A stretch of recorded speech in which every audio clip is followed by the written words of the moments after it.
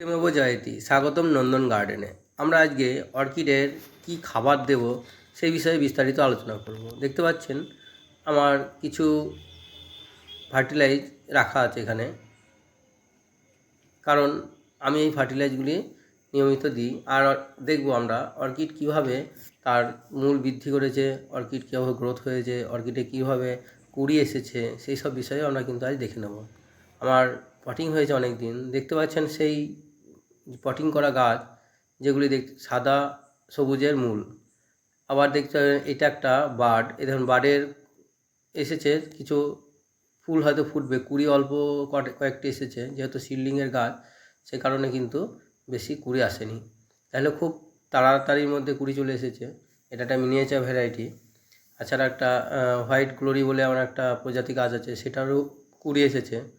যাই হোক, এইভাবে কিন্তু আমার অর্কিডগুলি খুব নিজের মতন করে বৃদ্ধি পাচ্ছে। আবার দেখুন কুড়ি শিকড় কীভাবে বৃদ্ধি পেয়েছে, সাদা আর সবুজ, এটা হচ্ছে হেলদি শিকড়ের লক্ষণ।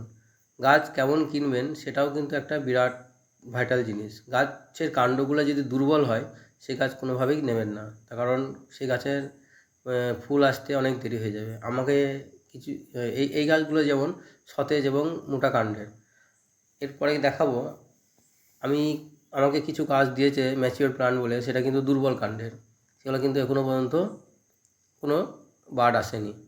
যাই হোক, সেই গাছগুলি অনেক বয়স্ক মনে হয়, কারণ প্রচুর পরিমাণে আপনার গাছ থেকে আবার নতুন চারা বেরোচ্ছে। এর একটা আলাদা করে আমি ভিডিও বানাবো। দেখতে পাচ্ছেন পাতাগুলি কত সুন্দর একটা ডার্ক পিস এসেছে, তার কারণ আমার রোদের তাপটা বেশি পাই বলে এটা। তাছাড়া ম্যাক্সিমাম গাছের পাতাই কিন্তু সবুজ হয়ে আছে। কিছু কিছু হলুদ হচ্ছে শীতের কারণে, হয়তো শীত পড়তে আসছে তার জন্য, হয়তো আবহাওয়া চেঞ্জের জন্য। সেটা ভয়ের কোনো বিষয় নয়, আবার ঠিক হয়ে যাবে। এখানে অর্কিডের নতুন যে দেখুন কীভাবে নতুন করে শাখা পোশাখা বেরোচ্ছে, এটা একটা বার্ড এসেছে। এখানে এই স্টিক থেকে ফুল হয়ে গেছিলো আগে, সে তার গুঁড়ি থেকে আবার একটা বার্ড গজাচ্ছে এবং সেটি ফুল দেবে আমার মনে হয়। যাই হোক, এইভাবে আমার কিন্তু গাছগুলা বৃদ্ধি পাচ্ছে। এখানে দেখুন এই গাছটির কথাই বলছিলাম, যেটা বয়স্ক গাছ কিন্তু আমার কোনো ফুল দেয়নি। এটা আমার একদিকে হয়তো মনে হবে লাভবান, কারণ এখান থেকে 7-8টা নতুন চারা গজাচ্ছে, এবং অর্কিড কীভাবে চারা গজাবে সেই বিষয়ে আমি আলাদা একটা ভিডিও বানাবো। এখানে দেখে নিন সেই গাছটা। এই ধরনের গাছ নিলে কিন্তু আপনার ফুল আসার সম্ভাবনা খুব কম, কারণ গাছের যে সতেজতা থাকা দরকার সেটা নেই। যাই হোক, এইভাবে দেখে নেবেন গাছ কেনার সময় যে কোনো দুর্বল কাণ্ডের গাছ কিন্তু নেবেন না। গাছ যত কাণ্ড মোটা হবে এবং স্ফীত হবে, তত কিন্তু অর্কিড তাড়াতাড়ি তার ফুল ফ্লাওয়ারিং স্টেজে তাড়াতাড়ি পৌঁছে যাবে। সেটা আমার জানা ছিল না বলেই হয়েছে। এটা আর একটা আমার চারা অর্কিডের সিডলিং, সেটা কিন্তু আমার এবছর কুড়ি এসেছে কিছুদিনের মধ্যেই। এটা হচ্ছে গ্লোরি হোয়াইট।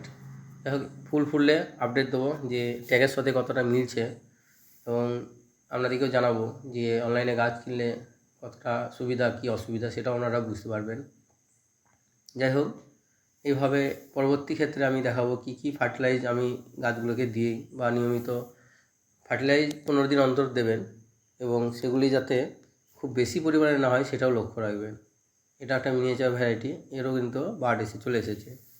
অল্প কিছুদিন হলো যে আমি অর্কিড পটিং করেছি, এবং সেগুলি এটা হচ্ছে আমার সুপার সোনাটা। এটা খুবই উপযোগী, লিটারে 1 ml করে দেবেন। এই যে কাকা, আগেরটা নিম তেল ছিল, কাকাও একটা কীটনাশক, এটা সুপার সোনাটা। এটা একটা humic acid plus amino acid ইত্যাদি আছে। টাইগার হচ্ছে আপনার পিঁপড়ে তাড়ানোর জন্য একটা খুব মুখ্য মস্কন। হাইড্রোজেন পারঅক্সাইড 6% সেই পরিমাণে দেবেন। এটাও একটা হিউমিক অ্যাসিড, এবং আরও অনেক ভাইটাল জিনিস আছে। এটা হচ্ছে সিভিড সাগরিকা, আমার এটা 0061, না এটা এপসন সল্ট, এটা হচ্ছে 0061 আছে। এনপিকে 19-19-19, ব্যালেন্স এনপিকে খুব ভালো। ধন্যবাদ সকলে ভিডিও দেখার জন্য।